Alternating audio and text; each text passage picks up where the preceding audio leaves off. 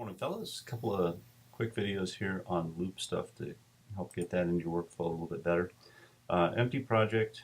Let's go to the media window, open up Loop browser, and I actually use MediaBay more than Loop browser, but let me just show you this real quick. You have basically three types of loops in Cubase. You have what are called pattern banks, and you have MIDI loops, and then you have audio loops. You can tell the difference by the icon at the beginning of the name here. The thing that looks like a little speaker is for audio. If you have the, so I've got this misset here.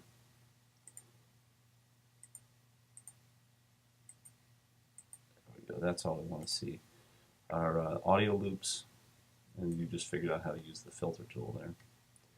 Come down the ones that look like a little miniature MIDI part. There are MIDI loops. It's 10,000 of them here, so it's taking a while. This little icon here with the two lines is a MIDI loop. That's where all the new Alan Morgan stuff is. It's all in that format. And then at the last you have are the ones that kind of look like the little stealth bomber with the pile of squares. Those are pattern banks. Pattern bank instruments are cool because it gets you the Groove Agent 1 drum synth and Beat Designer all lined up ready to go. So you find something that you like in this loop browser. Remember, you can search a couple of ways. We've got attribute on up here, so if you say I want drums and percussion, I want beats and 80s pop, it's going to narrow from 10,000 down to a considerably smaller number of results. All right, and in the name of these, like the MIDI loops here where it says AM, you'll see that all over the Cubase 7. That's the Alan Morgan stuff. They're actually really, really well done. So if I find one that I like, I want to hear, or find one I'm curious about, and click on it, the previewer down at the bottom is going to get involved. And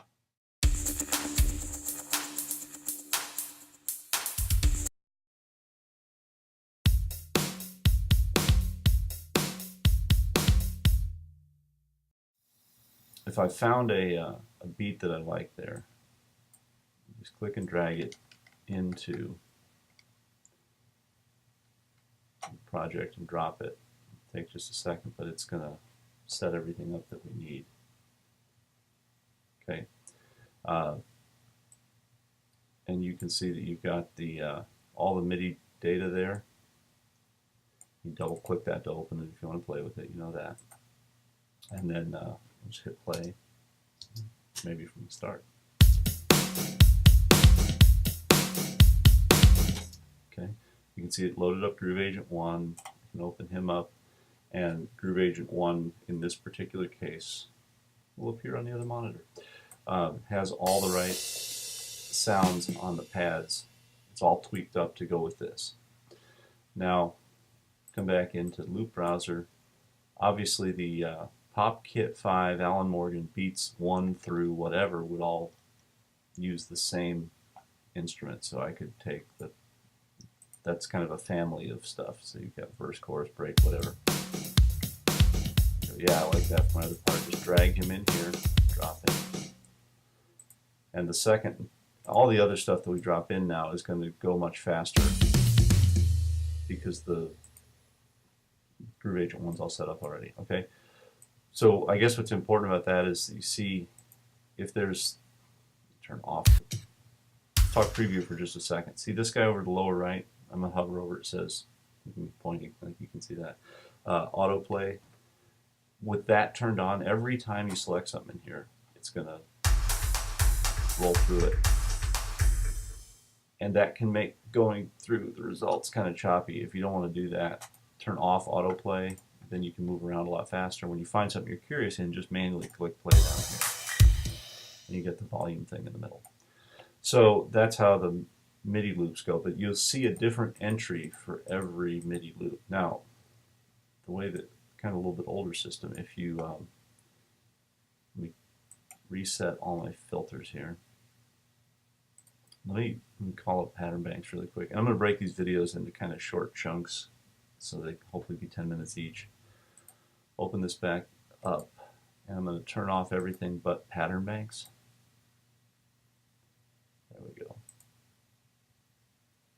There aren't a whole lot here, but when you drag in a pattern bank, and again, it's going to take a second to load up the previewer because it's got to go get Groove Agent 1 and all that. Okay, down in the previewer, you see the keyboard with the dots on it. Each one of those represents another group of patterns in Beat Designer. So if I take this guy, drum bass 175, again, if you turn on the manual previewer, oh, what's this one over here? I can do that. So if I drag in a pattern bank, same idea. I just click and drag it where I want it, drop it in the project. Give it a second because it's got to go get the synthesizer and load up all the stuff. Okay. This time I don't see anything in the project itself, right? But over here, MIDI inserts, it loaded Beat Designer, open Beat Designer. There's all your patterns. And you can see on the different keys that brought all that stuff right over. So this is actually a more sophisticated way of doing it, but it was more cumbersome for a lot of users because they had to understand the MIDI insert things. So they've moved away from doing this. Obviously, all the new Alan Morgan stuff is just you get one entry and it just brings the MIDI notes right over. With Beat Designers, you already know once you find a pattern that you like down here, you can insert it that way, and then Command D and duplicate it, whatever. You select and glue them, make it into a piece, stuff like that.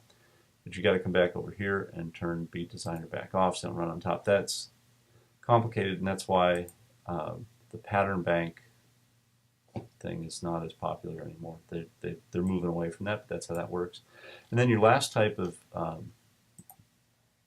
loop is an audio loop. Turn that off, turn pattern banks.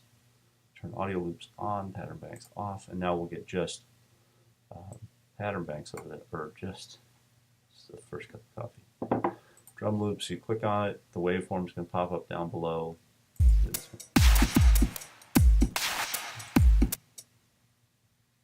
Okay, that'll work. Okay, that time I just double clicked him to put him into the project. Mute these other guys. So obviously, when I'm working with a pattern bank or the MIDI loops, these are MIDI notes and the synthesizer. Here we're actually dealing with raw audio. In fact, let me get this stuff and get rid of him. So let me do this. There's one thing, musical mode, that we need to talk about with audio. So I'm going to turn the metronome on.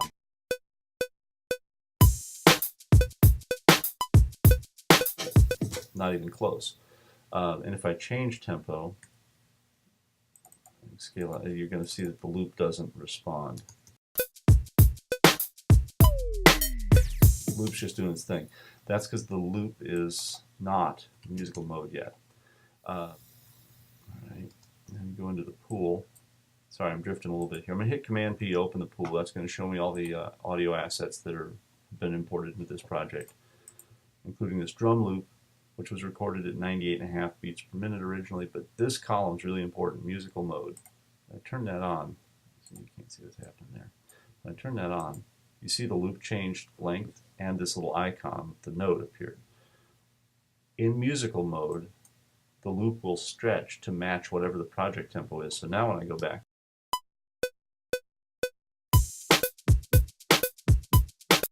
if I scale the tempo way down,